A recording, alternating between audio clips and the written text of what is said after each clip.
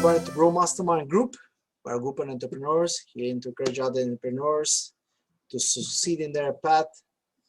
And tonight we're going to have an amazing guest. Her name is Marilena Albu, and she's going to tell us how to get rid of the imposter syndrome.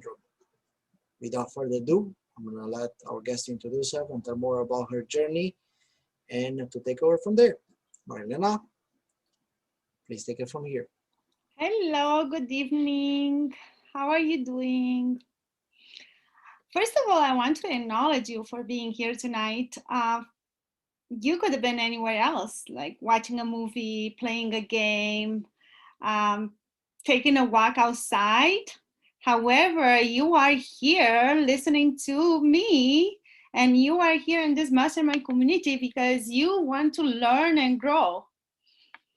So I want to thank you for participating today. And I am, for those who don't know me, Marilena Albu. I'm a former aerospace engineer. I am a life coach right now. I started this, I have this startup, which is called Sapphire Coaching Group Club.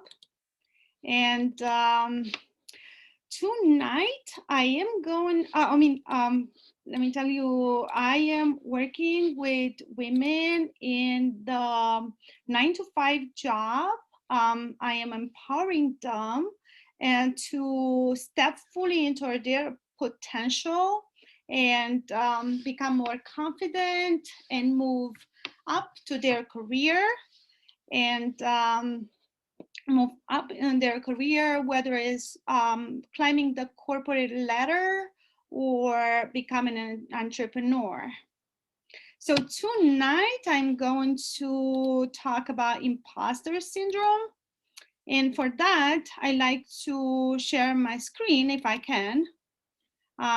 For some reason, it won't let me do it right now. So Peter, is there anything that you can do to help me, like to share my screen?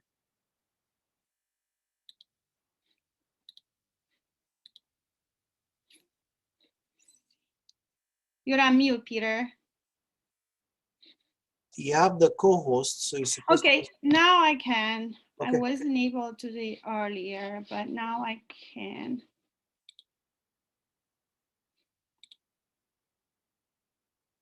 Okay. I am not seeing my screen. Desktop, okay.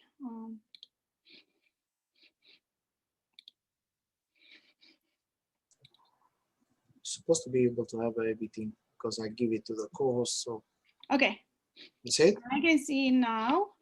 Okay, are you able to see my screen? Yes, we can. So tonight we're going to talk about the breakthrough of the imposter syndrome and winning with confidence. Before we go there, I want to remind you about this mastermind. So according to Napoleon Hill in the Law of Success, the mastermind may be created to the bringing together or blending in a spirit of perfect harmony of two or more minds. Then he goes on in the Think and Grow Reach to identify that mastermind as a friendly alliance with one or more persons who will encourage one to follow through with both plan and purpose.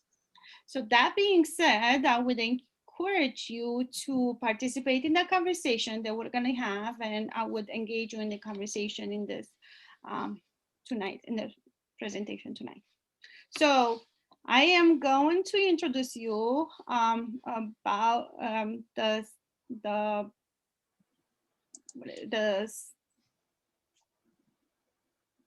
type of the imposter syndrome and what does it look like? Why is it important to identify it and gain awareness? What are the origins of the imposter syndrome? And how can you manage the imposter syndrome? So the imposter syndrome refers to an internal experience of believing that you are not as competent as others perceive you to be. For example, I would give you a personal example. As I said earlier, I worked as an aerospace engineer, so I worked in the corporate world. And I have done a presentation one day. There were like about 35 people. There was my manager, there was my technical supervisor, and the meeting went well. However, I didn't see it as successful because I was nervous. I'm not expecting as many people in the room. And there were some questions and I answered some questions, but on other questions like my manager and my technical advisor, they answered. So I was like, okay, the meeting went okay, but I didn't think that was great.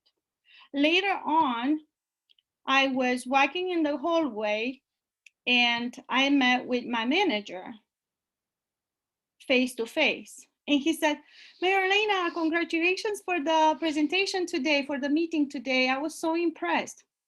And I was like, it was a team effort. Right at that moment, he turned around and he said, hey, Marilena, you need to be more confident. You did really well, own it. So in my mind, it was, oh, I am being humbled, or I didn't see the meeting as successful, but my manager saw it as very successful. He even said, I'm so impressed. But that was a lesson for me because he told me to be more confident. So I was seen as lack of confidence instead of being humbled and acknowledging my team for the success of the meeting. So that's exactly what it says in here, believing that you are not as competent as others perceive you to be. Also, the imposter syndrome is the psychological phenomenon known as imposter syndrome, reflects a belief that you're an inadequate and incompetent failure despite evidence that indicates you're skilled and quite successful. This is experienced mostly by high achievers. High achievers, they are usually people that get promoted to some certain positions, and they do not see themselves as successful, and they do not see themselves as adequate to and competent to hold that position. That comes with getting out of the comfort zone and doing something different. And of course, with getting a new responsibility, it comes the learning curve. It goes the learning curve. So I don't think anybody expects that somebody is perfect once they get promoted to that position. I think everybody knows that there is a learning curve and there is a period of time that it takes for somebody to get adequated in that position, to get comfortable in that position.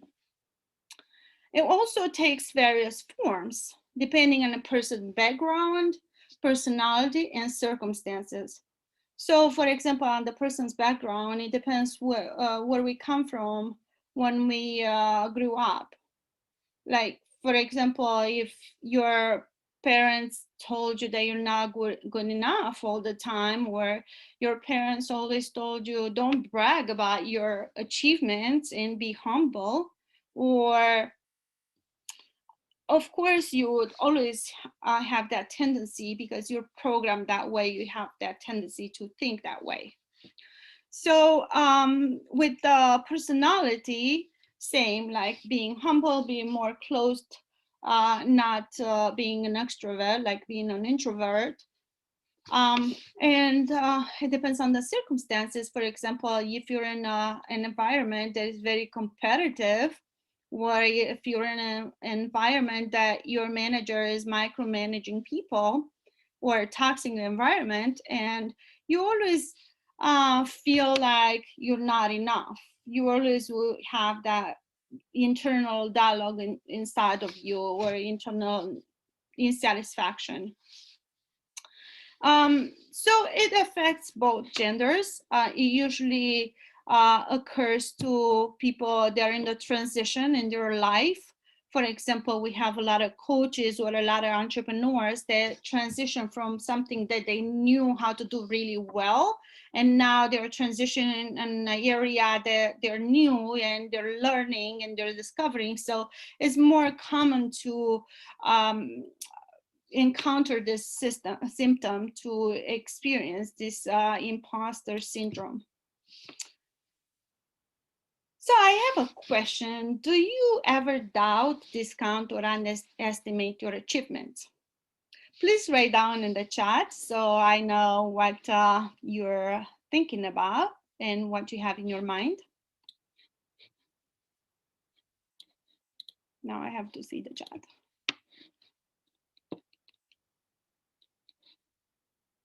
I'm looking for, I see, yes, yes. I experienced that myself, so that's why I'm right now in this position where I'm talking about this subject. I'm gonna read some statements with you, and I want you to tell me if any of these statements resonate with you. I obtain success, and you name the success that you obtain, like the director position, or this high value job, or I have 10 coaching clients, or I have this startup. So I obtained the success because I was lucky, or I was in the right place at the right time. I worried that others would find out that I am not as competent and as capable as they think I am. So here I put this Dr. Fauci in the parentheses. So going back at the early stages of the COVID and early summer, we have seen numerous presence in the public presence of Dr. Fauci telling us some things about how to prevent COVID, or how COVID is manifesting in people and what are the consequences and what to do for it, like in the World Health Organization. So then he was telling us, wear a mask, do not wear a mask, it's okay to do this or that. So I'm wondering how, if he experienced that symptom himself, because in my researches, I found out that many of the successful people, they experience this syndrome, because with the level of with the level of success, it comes a level of responsibility. The higher you are in your rank, on your position, the more responsibility you have. So now I'm wondering, and probably true, that many people internalize themselves and asking themselves, am I doing the right thing? Have I done enough? Are they, if they release a statement, I'm wondering if they worry about, oh, are they going to find out that I'm a fraud, or at any moment I might be exposed to be a fraud, or things like that. So I want to ask you, and go ahead and unmute your mic, if you experienced any of the statements that I put in here, any of the symptoms of or statements that you put in here. Who wants to volunteer? Say aye. Hi. All right, Susie. So I was very lucky with real estate early on, and I definitely, I will say that I was lucky, and I was in the right place at the right time, and I actually believe that that is true, because I happened to hear an economist talking about what the situation was back in when that first big, when we had the big real estate bubble back in 2006 to 2007, and then everything collapsed. I heard an economist talk about California was at 4% affordability, and so I went and sold my properties at the height of their value and did a 1031 exchange and bought properties in Texas where they had already had their bubble burst over there. They had a tech bubble that burst. And so it was lucky that I was there. And I know that part of it was because I was paying attention. But I definitely feel I was lucky. And I think that when you're talking about imposter syndrome, I think it's very much more prevalent with women, and I see it all the time. And it's a really difficult thing to deal with. And I hope you're going to tell us how to deal with it tonight. Yes, definitely. So, Susie, I have a question. You're saying that you're lucky. My question is, don't you think you did your researches, you paid your attention, you were intentional about obtaining that property, where you're thinking about selling those property for a profit for a long time, and now that was the right time, but because you were intentional about it, not because it just happened.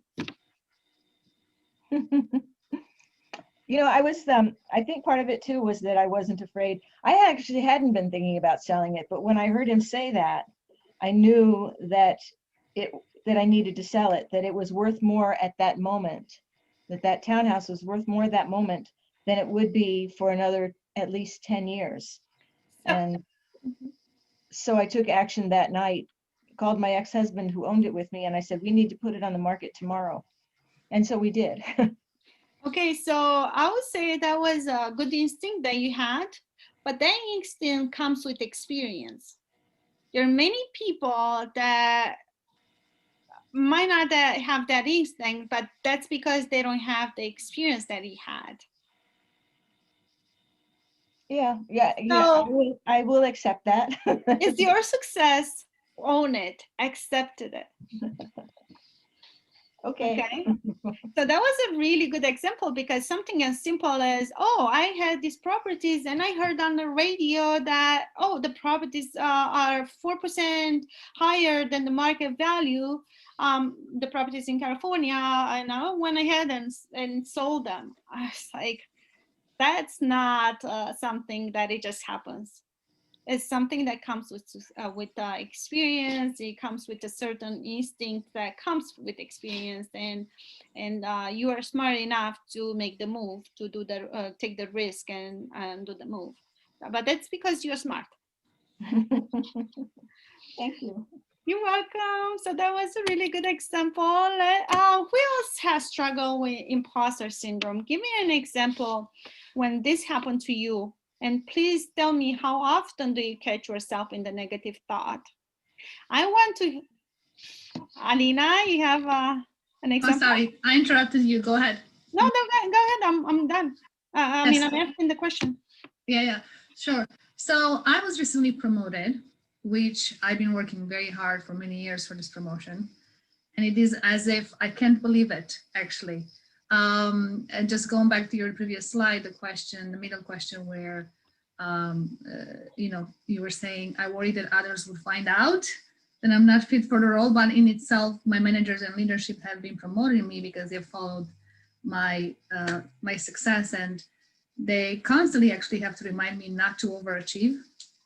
So it's just a battle between the fear of they will find out that I'm not fit for this, and that causes me to overachieve, and then it's like it's an imbalanced I guess presentation of myself, and I think they had at some point they get worried that I may overwork certain aspects of the role, or I don't know if they get worried. Again, this is maybe just the imposter syndrome I'm feeling right now.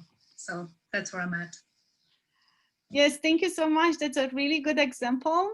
And I could see you working on presentation hours and hours and hours to just make it just perfect. Correct. So my Right on. question, so my question to you is, before you got to that director position, how many years have you worked on a role? I have worked on a role, I guess the previous role that promoted this one for about 6 years. Okay, so 6 years working on a role and perfecting it, right? Like taking it from a ground level and then taking it to a higher level. That qualified you to get in the, you proved yourself to get in the director's role. Don't you think? I think so. If I practically think about it, it is a natural progression to the promotion. Yeah, you know, just proving myself. But naturally you feel that anxiety and you feel Right. like, what if they, I'm not competent enough? There is a certain truth there where it says, what got you here won't get you there, right? So for example, you got there at a position that you were because you are bringing a lot of clients, you are working really hard. However, in the director position, you have to work yourself harder, but in different way. And taking that leadership role, you have to grow in the leadership role, not exactly the execution role that you're used to be working before. So identifying and analyzing the situation and being able to separate, and also being able to separate and delegate, right? Like the execution part, you have to delegate it to your team now, and now you have to focus on the soft skills, like the emotional intelligence skills, which makes you a great leader, right? Right. So then another thing that I was going to suggest to you is, like, you got where you got, not because somebody's doing you a favor. You got where you got because they saw your potential. They saw a lot of results, great results, and they saw you being successful. So you are successful. I would say own it. Yes, ma'am. All right. So, thank you. That was really good. We should talk more about shifting that leadership perspective, from execution to, offline or something like that. Yeah. yes. So for those who you don't know, Alina is my client. She's a perfect example that I can testify here that we're working on shifting some limited beliefs, and I'm making her successful in the director position. And Yeah, but she's already successful, but it's just a little bit shifting the pattern of thinking, the automatic negative belief that she had thought that she has. So we're working on that a little bit. But thank you. But these were new insights about the shift. We haven't talked about the shift, so okay, yeah, definitely we'll work on that. And at the end, I will touch on that, and I have other tips for you and for everybody. So let's learn how to identify the imposter syndrome and how it shows up in our lives. The experience is different for every individual, right? So Susie, she was lucky. Alina, she feels like she's not belonging there. She doesn't deserve the position. And we'll find out. I was in the same situation. I wasn't accepting my my success. And also later on, I'll give you another example where I was like, I felt like I need to know it all, and I need to do everything. I need to be a design engineer, a tool engineer, everybody. When in fact, there are specialists that they do that. So I just needed to do my part and then get the other parts together. So it shows up, and everybody experiences it in different way, like anxiety, and which is a very common future when you are worried about whether you belong in your role, whether you are going to be removed from that position or not. So most of these examples, it comes with the crisis. For example, if companies with the pandemics, companies went through a lot of crisis. So a lot of people felt the anxiety that, oh, what if they find out that I'm not good enough and now they want to get rid of me, or things like that. So they like people could find themselves in the situation where they were afraid, and they were thinking, well, what if they get rid of me tomorrow or let me go tomorrow? Then is a fear of failure. There is a fear of failure. You are putting in hours and hours to present a presentation, making sure that you are getting that just right, and anticipated that you are going to fail, getting more worried. So putting an anticipation, a negative thought, that's not going to help anybody. And it's not going to help you, and it's not going to help the organization either. A strong need to be the best. How you feel in a group of people that you are equally qualified. For example, coaches.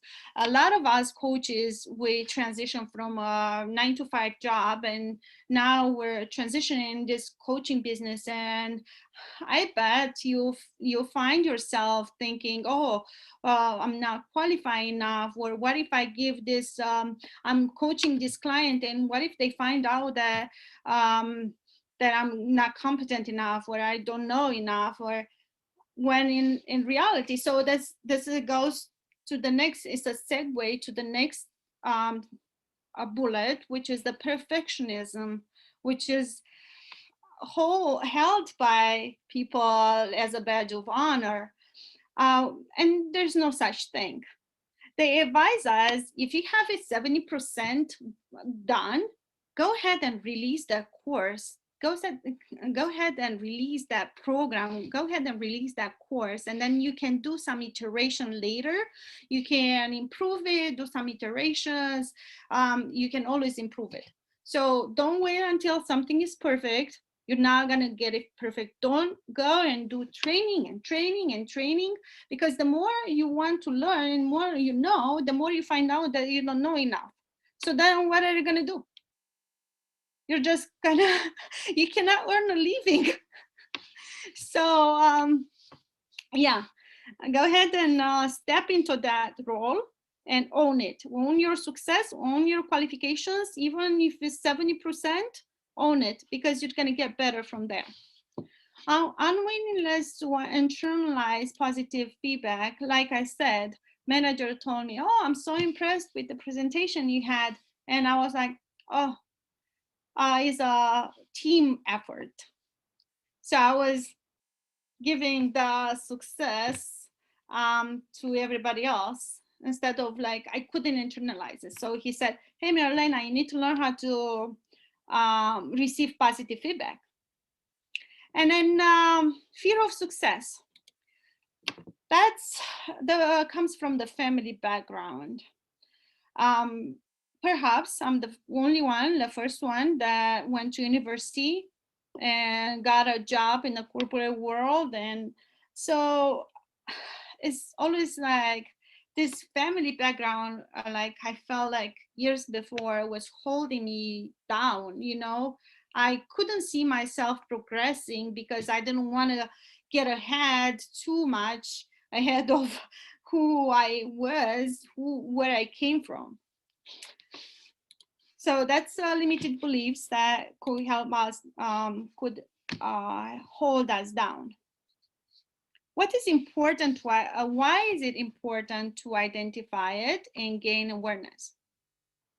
Well, when we have this anxiety and we have this negative thoughts, we get physical and emotional stress. From there goes relationship issues. We reduce personal satisfaction and motivation, and we risk the unreached potential. For example, the example that I just gave earlier, where like I'm coming from a family background that they didn't have higher education. So now for me, not stepping out of the comfort zone and striving to become more and more is like holding me back. I have a potential that now I'm not reaching it, but it was before, not right now, but it happened in the past. So what are the origins of the imposter syndrome? We touched a little bit earlier on it, but I can go in more details on this. The origins can be the early family influences, family myths and labels, criticism. When we were kids, there were parents who told the kids, oh, well, you're not good enough, you're not going to be able to achieve that, you're not able to complete anything, you know, you start. I met with a lady the other day, and she said she cannot do anything. She said she cannot complete any project, she cannot take anything from the beginning to the end because her mother always told her that. And now she was 50 something. And I felt so bad for her because living the whole life with this thought and not being able to shift it. And I was trying to work with her. And I remember for me, those words that I told her like would be so powerful, but it had no influence on her. So it really can hold us down. So like I said earlier, first in the family, limited role models need to chart new territory. Like, for example, I heard somebody that he always wanted to be less than his father because he didn't want to outsmart his father. So first one to go to college, first one to win a competition, first one to own a business. We also have struggle with to live to others' expectations. In other families, their parents, they're praising the kids too much and expecting too much out of them. So now they're afraid of failure. They're afraid to try new things because they're afraid to fail, because they're afraid to not meet their parents' expectations. So how do we manage the imposter syndrome, the strategies? And here you go, you know, I'm gonna teach you some tips and tricks how to work on that. Start by acknowledging the presence of the imposter syndrome. Oh, I'm missing an E. So start to acknowledge the presence of it by noticing, naming it, writing it down. You disarm it, you take the power away from it. So just think that this imposter syndrome is nothing else than a negative belief, a negative thought in your mind. And it's actually an automatic negative thought because we're programmed with that since we were young. And we just build up on that, and we didn't work on it until recently, right? Like for me. But so of course it can be automatic. Saying it out loud, you dilute the power. So just recognize that the negative thought, what is it, and name it. Say, oh, that's an imposter syndrome. So saying it out loud, you take the power away from it and realize that you're not alone. As you saw in this example, there are other people that in the class tonight, in the session tonight, there are other people that experience that. And as I said earlier, the greater leaders or the high achievers are experiencing those alone. If you are, if the feeling, go back, if you have that feeling, go back to when you were a child. And if you feel like you cannot work on that and it goes back and back and it holds you back, get a therapist. A coach can help you see the things in the future and help you shape your thoughts and your behavior, you know, in the present and to the future, how you see things in the future. But a coach cannot help you with the past experiences. So it's better to get a therapist if that's the case.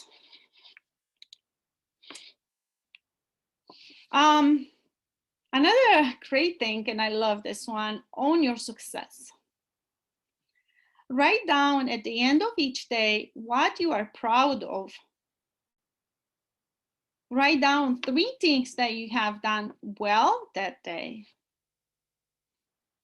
Note, by writing it down, you are training your brain that you are doing great work. And you're shifting that thought pattern because you're doing that every single night. So then, you know, they say it takes 21 days to shift to gain a behavior, a new behavior. So being consistent and doing that consistently, it would work. You will create much less bandwidth for those things that you are worried about. So by focusing on the positive, you're creating less space for the things that you were worried about. You're creating less space for the negative thoughts. We need to embrace that fact that we're not here by accident. No one is doing us a favor to put us in this position. So, and then pay attention to your strengths. That comes with own your success, pay attention to your strengths, what you're good at, what you're doing well, and have confidence to be able to contribute, to be of service. So if you have confidence, then you have more power to contribute to be of service of others. For you, Alina, being a director, you have the whole team like below you that you are in charge of, and you have to be in service of them. Because remember, the leader is the servant, right? Right. How can you imagine, have a daily gratitude practice. At the end of the day, write down what you are grateful for. Gratitude changes the way we see things, and it changes the chemical in the brain. Another way to deal with this, leverage your resources. Recognize your strengths and your weaknesses. Delegate. You cannot know everything. Willing to tell people what we need, ask for help. Another strategy is evaluate your environment. If you work in a toxic environment, if you have a manager that is micromanaging, that makes you feel you are not good enough, you ask yourself a question. Is this a place that I could thrive? Is this a place good for me? And if not, it is important to recognize that you have choices. Do not feel hostage by these groups, manager, that is not empowering you. Remember that you are there by choice. And if it is not the right fit for you, you have a choice to go someplace else.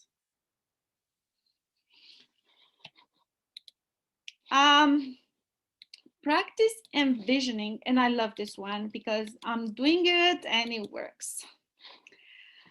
For example, start the morning with 10 minutes meditation, envisioning your day, planning your day in your head. Remember, the night before, you could write down some tasks that you have to do the next day. That morning, the next day morning, envision how your day is gonna go. With your eyes closed, walk through the task and the big milestones that you have to hit. Imagine that you are delivering a perfect presentation, a perfect webinar. Anticipate what people are going to say, positive thoughts, how they are going to be impacted by your message, how people are going to contact you at the end of the seminar, asking you for a one-on-one consultation, discovery call.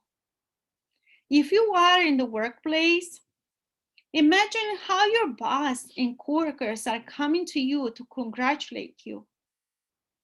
Smile as many times as you can, or one that day in your imagination. Imagine that everyone you interact smiles back at you when you smile.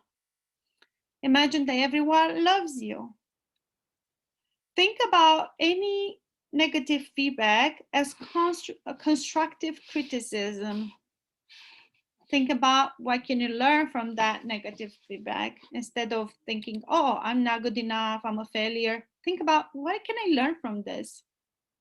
And when your boss or your other coworkers or anybody that you interact with and gives you negative feedback, when they see you taking the negative feedback as a way to improve and to grow yourself, they would appreciate you even more. And know your worth. You belong to the position you are holding. You're not there by accident. You are there for a reason and you are qualified for it. And with that, I welcome you to ask me any questions.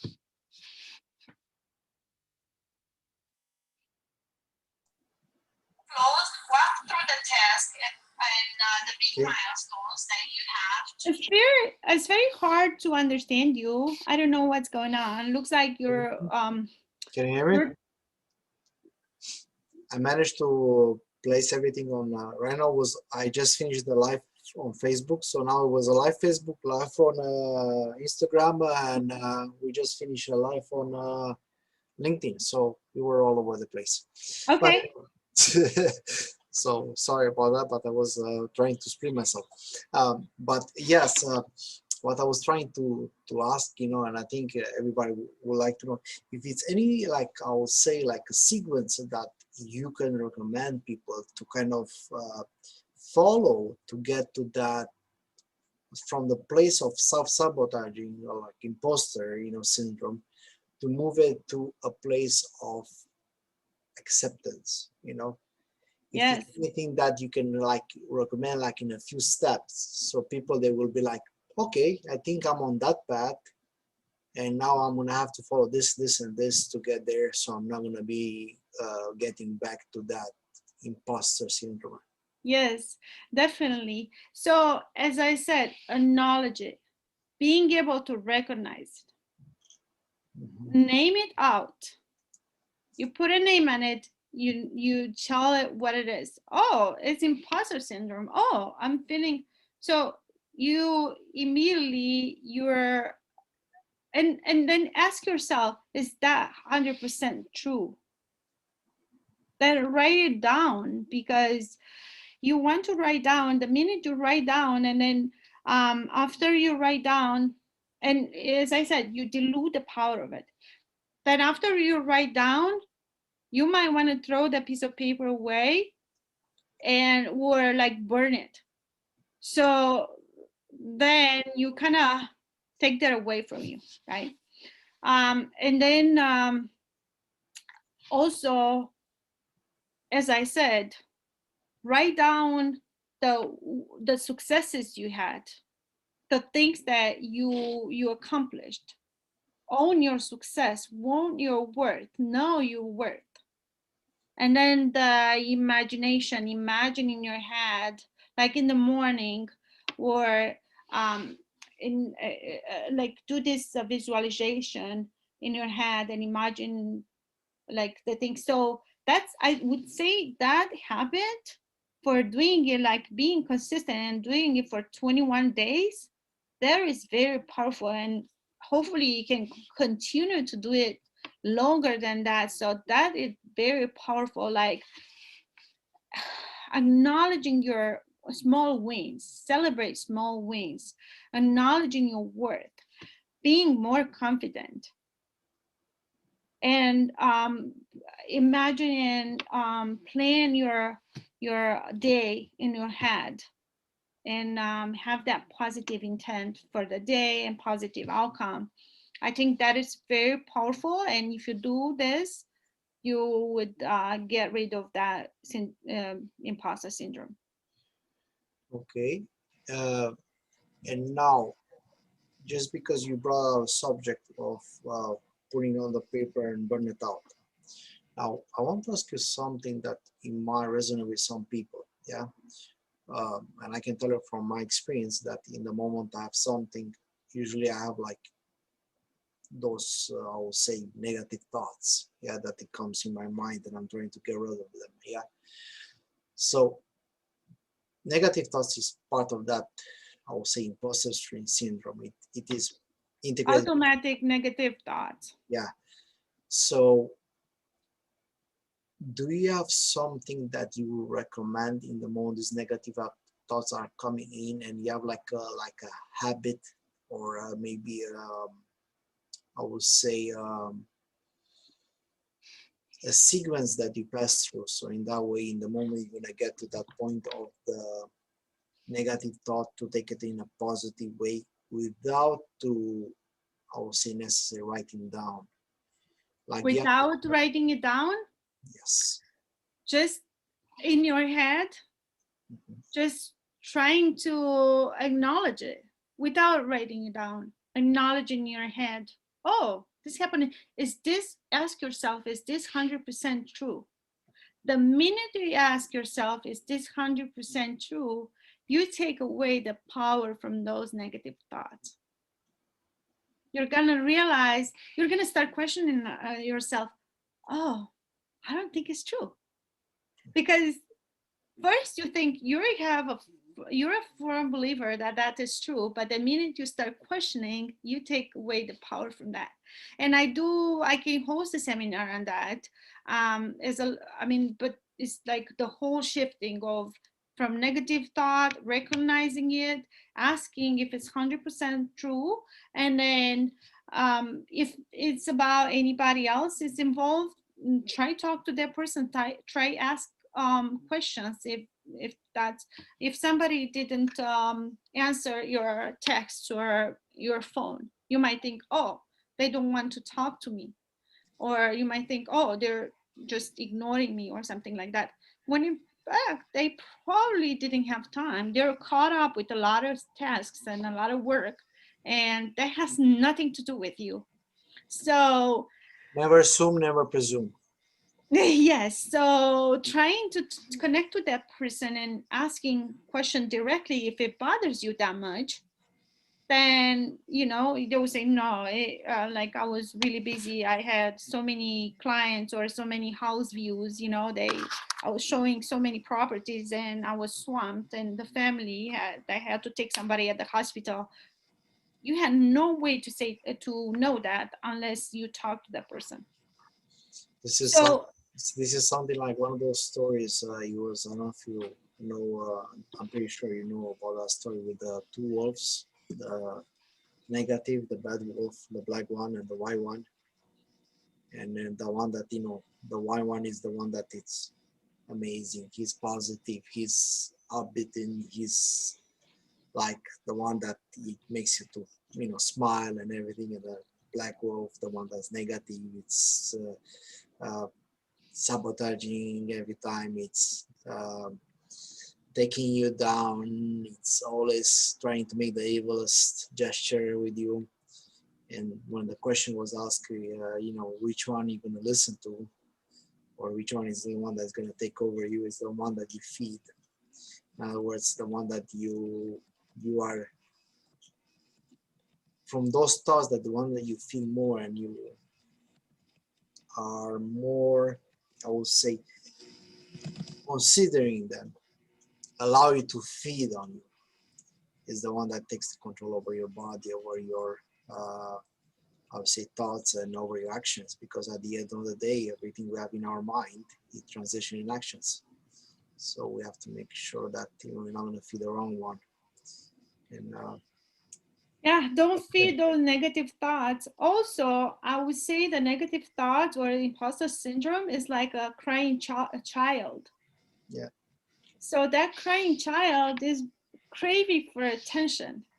The moment you have those negative thoughts, when you acknowledge it, is like hugging that child, and that child is gonna stop crying.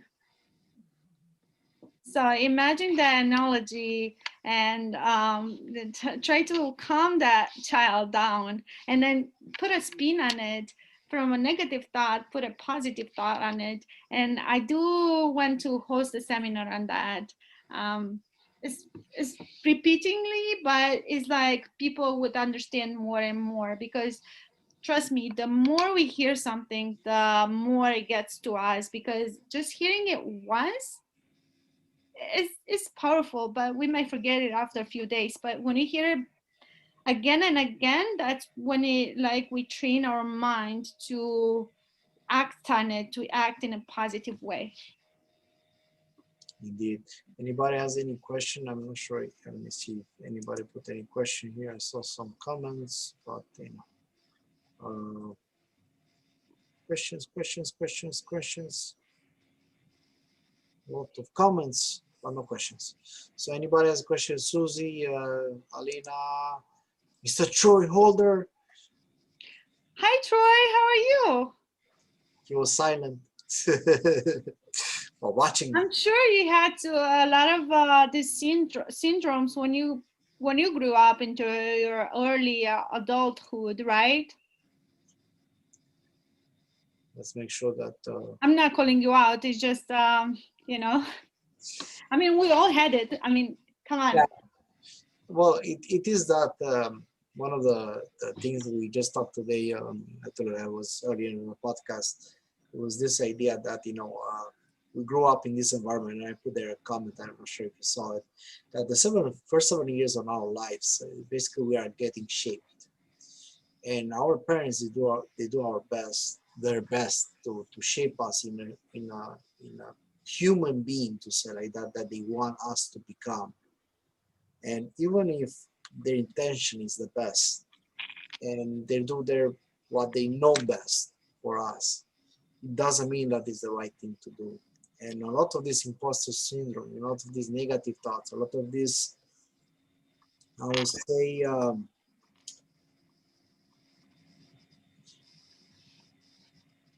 push down thoughts about not to be out of obscurity, not to be getting yourself in trouble, not to get yourself in out of the comfort zone, to be, I would say, talking with strangers, don't get in trouble.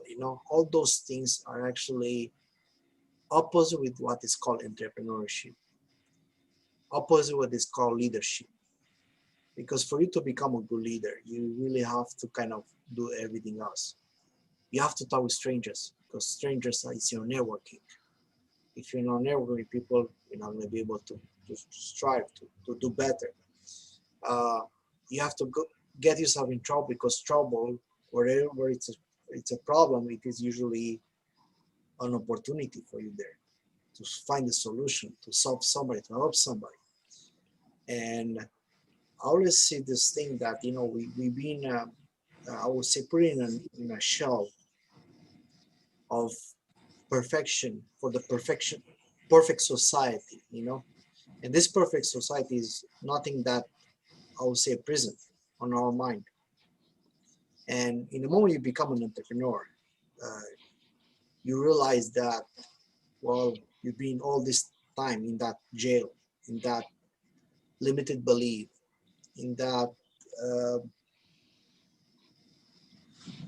comfort of your own mind, and now you have to get out to be able to become successful. And usually that's the moment when you wake up. That's the moment when it becomes painful. That's the moment when the imposter syndrome is going to be, oh, maybe I'm not doing the right thing. Maybe what my family is going to say about this, what my friends they're going to say. And you know, like, I mean, I heard so many stories that, you know, like, and even from my personal experience, every time I used to go out, you know, after work, you know, when I used to work and we're going out, having beers and everything. And then the moment I stop and I start to be like more conservative with my time, they were pointing fingers. Ah, you're already too good for us. You're not, you know, you forget about, you know, your friends. You are not anymore caring, you know, you are like selfish. You are like this. And a lot of people, they say, oh my gosh, you know, I'm supposed to go back because, you know, I'm not anymore welcome in my friends group but actually that's the best sign that you ever get in your life, when people they start to watch you and say, you're not anymore like us. When they see you growing, they feel uncomfortable for your growth and for your Yeah, there are success. 3 stages actually. You know, it's like the first one I think is they kind of I forgot exactly the name of the stage, but the first one is the one that they're gonna be like starting to be like, hey, you know, not trusting you. You know, they're not trusting what you're doing. They're not, you know, they're like kind of don't give you the benefit, and they doubt your success and the fact that you're gonna become good. Then the other one, when they criticize you, you know, you're doing, you work too much, you're doing that, you're doing whatever, you know, and they also envy you, you know, on that stage, hate you, if you want to say that. Hate for me means love, you know. And the last one, when they're like, oh my gosh, he made it, and then they start to follow you. They start to like, how you get there? Show me. How they want to become. But for you to get on top, you have to pass through those obstacles, to those challenges, to those, I would say, objections, just like in sales. Yeah. But for me, anything that it is a stepping stone, you know, is just something that I have to learn how to overcome. And it's good when you have objection, when people, they start to like, I would say, talking you back, hating you, give you obstacles. Those are learning curves. It's like, you know, like when you have an objection for your customers, take the note down, you research it, and you put there, you know, how to overcome it. The next time when you have that objection, you know how to say it. It's done. And that's the same thing. I think, you know, like exactly like you said, Marilena, earlier, yeah? You have to take notes, but, you know, it is very important to kind of understand that it's not an easy path, but the fact it's not easy is the right way. That's how it works. Yeah, growing is not easy. Mhm. Growing takes you out of the comfort zone and it's a painful process. So embrace the pain, everybody. Yeah, and I embrace know the critics. I am. And embrace the critics. Okay. If And it's a rewarding process too. if the people criticize you, woohoo, you're doing the right thing. Yes, and take it as a positive, as that they have an interest for you to grow and learn, for you to expand, that have an interest for you to succeed. That's my boss was challenging me. I was like, I am not good at public speaking. The minute I go in front of the audience, I'm gonna forget everything. And guess what? He scheduled me a week later to speak in front of like all the directors and seniors and all that. And you know why? Because he wanted me to step out of the comfort zone. He wanted me to succeed. Yep. And you know, it is like the only way you can, like Grant Cardone said, and you know, I know you start to follow him, but like he's saying, you know, it's like the only the reason you hate sales and the reason you hate something, because you did not practice good enough and long enough to start to love it. You really have to figure out whatever it is, the things that you hate, and start to do more and more and more and more and more and more until you get comfortable with those. Yeah, they say the minute you feel uncomfortable with doing something, that's what you need to do. Exactly the thing that you feel uncomfortable to do it. This morning I heard something. I was hearing like a podcast, far away. It was not me listening to the podcast. Yeah, not to the speaker, whatever it was, the video. And you were saying that thing with people are trying to avoid problems, and there's a reason they're not growing, they're not successful, because they're avoiding problems. They don't like to get in trouble. It's like, oh no, I don't want problems. And he's like, no, you have to do the opposite. Find those problems, look for them, get yourself in the biggest trouble you can get, because those problems, they're going to be your doors for success. Yes, so I would say there are no problems. There are opportunities. Yeah. There are opportunities for success, to grow, to see other opportunities inside. So here is another thing. I was hosting a mastermind on Mondays with a group of women. And that was seeing everything from a positive perspective. They say, the way you see things, you do things. Yeah. I think somebody said about something like that, but it's like, wherever your heart wants, your body will follow. Wherever your heart is, your body will follow. Something like that was. Yeah, I'm a product of that example. Yeah. I followed my heart finally. Yeah, but So, you have to be also careful, because heart is also something that is comfort. Heart is that thing inside of the, yeah, like some good feelings, but for me it was mostly following my heart for fulfilling my purpose, for helping other people, for impacting people in a positive way in their lives. So that's where my heart goes, to other people that struggle in some areas that I've been there myself, and I don't want anybody to be in that position, so I want to help them out. So just to wrap up the whole thing, 2 questions for you. Yeah. One, Okay. if you have only 1 minute with somebody, how you will, somebody's going to ask you, I have this imposter syndrome, can you please help me? And you only have 1 minute. It's an elevator. Yeah, you're in an elevator, a few floors, things are moving very fast, and you have to take that, I would say, from that imposter syndrome to a non-imposter syndrome. Can you say in a few words a very precise and very short way of people to be like, here we go, that's it? Yeah. So I would say acknowledge the feeling, name it out, write it down. Then ask yourself, is that 100% true? And then try to switch that around, because the minute you ask yourself, is 100% true, that you start questioning, is that true or not? So then you have that mixed feelings, and then turn that thought around and make it a positive. See it from a positive perspective. And that's it. Okay, sounds good. And the last thing, where people they can follow you, where people they can learn more about you, and